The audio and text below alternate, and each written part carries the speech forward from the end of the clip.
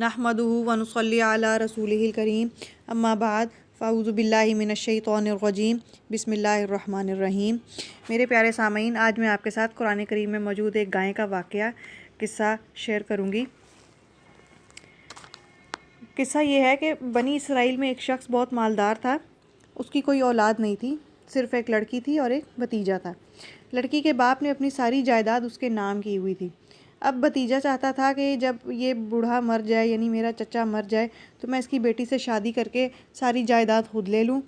जब उसने देखा कि लड़की का बाप आखिर मरता ही नहीं, काफ़ी यानी कि एज भी हो गई है, उम्र हो गई है, लेकिन इसकी तो मौत ही नहीं आती, तो उसे ख़्याल आया कि क्यों ना मैं ही इसे कत्ल कर डालूँ, ताकि इसकी लड़की से शादी भी कर लूँ और कत्ल का इल्ज़ाम भी दूसरों पर रख कर दियत वसूल कर लूँ और सारी जायदाद का मालिक भी खुद ही बन जाऊँ।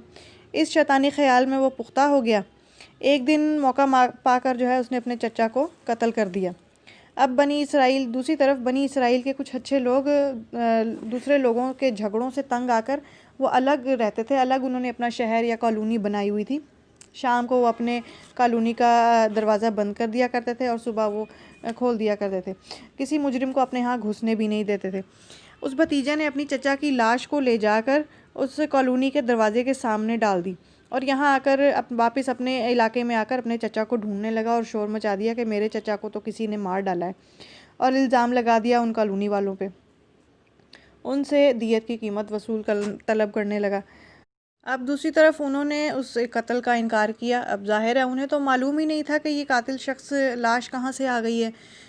ये लाश अब हमारे दरवाज़े के आगे आ गई, अब इसका इल्ज़ाम हमारे सर पर आ रहा है। वो तो इस चीज़ के मुनकिर थे, इनकारी थे।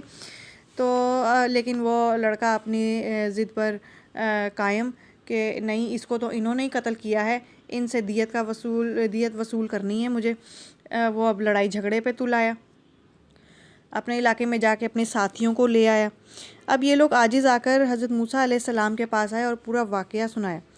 अब हज़रत मूसा अलैहिस्सलाम को कहते हैं कि ऐ मूसा, ये शख्स हम पर खामखा कत्ल का इल्ज़ाम लगा रहा है, हालांकि हमने ऐसा कुछ नहीं किया। मूसा अलैहिस्सलाम ने फिर अल्लाह ताला से दुआ की कि या अल्लाह, मुझ पर हकीकत ज़ाहिर की जाए। तो अल्लाह ताला ने हज़रत मूसा अलैहिस्सलाम को वही नाजिल फरमाई कि एक गाय ज़बह करो। जब हज़रत मूसा अलैहिस्सलाम ने उन लोगों को कहा कि तुम लोग एक गाय ज़बह करो, तो वो कहते हैं, ऐ अल्लाह के नबी, कहाँ कत्ल की तहकीक और कहाँ गाय ज़िबा करने का हुक्म? क्या आप हमसे मजाक कर रहे हैं? मूसा अलैहिस्सलाम फरमाते हैं, नाउज़ुबिल्लाह, मजाक तो जाहिलों का काम है, अल्लाह का यही हुक्म है। अब अगर ये लोग चुपचाप गाय ज़िबा कर देते तो काफ़ी था, लेकिन उन्होंने तो सवालात का दरवाज़ा ही खोल दिया कि वो गाय कैसी हो। इस पर हुक्म हुआ कि वो गाय ना बूढ़ी हो और ना ही बच्चा हो, बल्कि जवान हो। फिर उन्होंने कहा कि हज़रत, ऐसी गायें तो बहुत सी हैं, अब ये हमें बता दीजिए कि इसका रंग कैसा हो। फिर वही उतरी कि इसका रंग बिल्कुल साफ़ जर्दी माइल हो, हर देखने वाले की आंखों को अच्छी लगती हो। अगला सवाल उनका, हज़रत ये बताइए कि ऐसी गायें भी बहुत सारी हैं, कोई ख़ास सिर्फ हमें पता चले जिससे हम जो है वो गायें ढूंढ कर लेकर आएँ। फिर वही नाजिल हुई कि वो कभी ना हल चलाया हो उसने, ना उसने कभी खेतों को पानी दिया हो, हर ऐब से पाक हो, यक रंगी हो, यानी एक रंग की, कोई दाग धब्बा ना हो। जूँ जूँ वो सवालात बढ़ाते गए, हुक्म में सख्ती बढ़ती गई।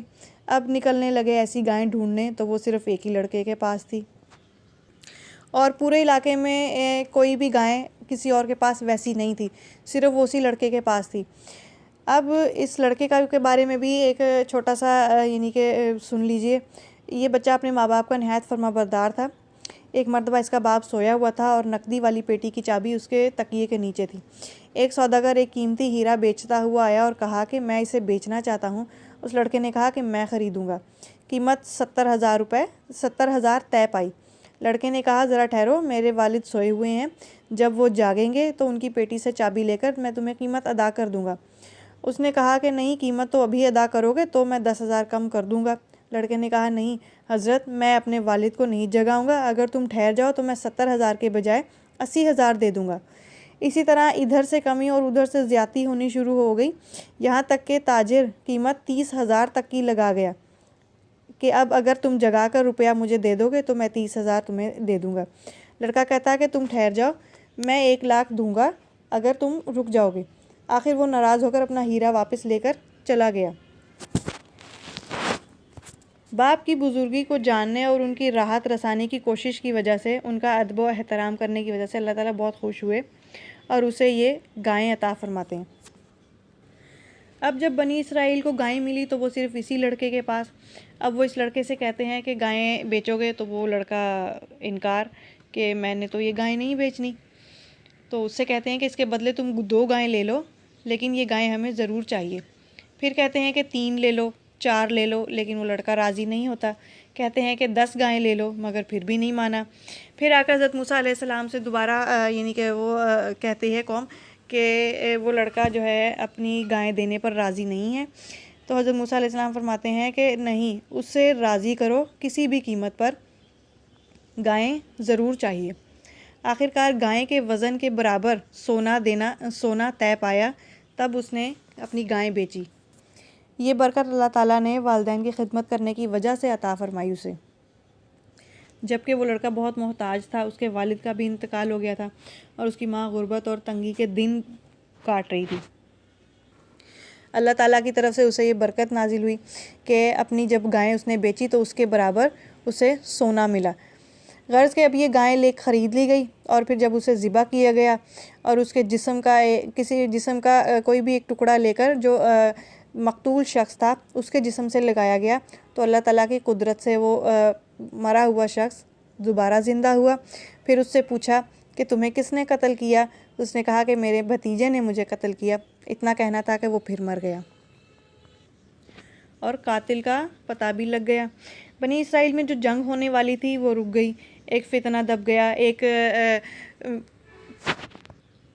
اس کے بھتیجے کو لوگوں نے پکڑ لیا، اس کی مکاری کھل گئی، اس کے بدلے میں اس لڑکے کو قتل کر ڈالا، یعنی بھتیجے کو قتل کر ڈالا، اور ایک ابھرنے والا فتنہ دب گیا۔ مطلب کہ اللہ تعالیٰ نے اتنی بڑی نشانی دکھائی، اس کا واقعے کا یہ مطلب کہ اللہ تعالیٰ نے اتنی بڑی نشانی دکھائی کہ جب چاہوں، جیسے بھی چاہوں، مردے کو زندہ کر سکتا ہوں۔ کوئی کر سکتا ہے کہ ایک گائے کا ایک ٹکڑا جو ہے وہ لے کر مرے ہوئے شخص کے جسم پہ مارا ہو اور وہ زندہ ہو جائے؟ میں اس سے بھی کر سکتا ہوں، میں اور کسی وجوہات سے بھی کر سکتا ہوں، میں جس طرح مرضی چاہے میں مردے کو زندہ کر سکتا ہوں، یا کچھ بھی نہیں ہے اس کے باوجود تم لوگوں کو میں نے پیدا کیا اور میں ہر چیز پر قادر ہوں۔ تو اتنی بڑی بڑی نشانیاں اللہ تعالیٰ نے دکھائی ہیں، لیکن وہ لوگ پھر اپنی نافرمانیوں میں، اپنے گناہوں میں مبتلا، اللہ تعالیٰ کے نافرمان لوگ سزا کے مستحق۔ تو اللہ تعالیٰ کہتا ہے کہ اس چیز سے بچو اور میری ہی پیروی کرو۔ قرآن کریم میں یہ قصہ سورہ بقرہ کی آیت 67 سے آیت نمبر 73 تک، یعنی آیت نمبر 67 سے 73 تک جو ہے یہ قصہ اللہ تعالیٰ نے قرآن کریم میں بھی اس کا ذکر فرمایا ہے۔ وآخر دعوانا ان الحمد للہ رب العالمین۔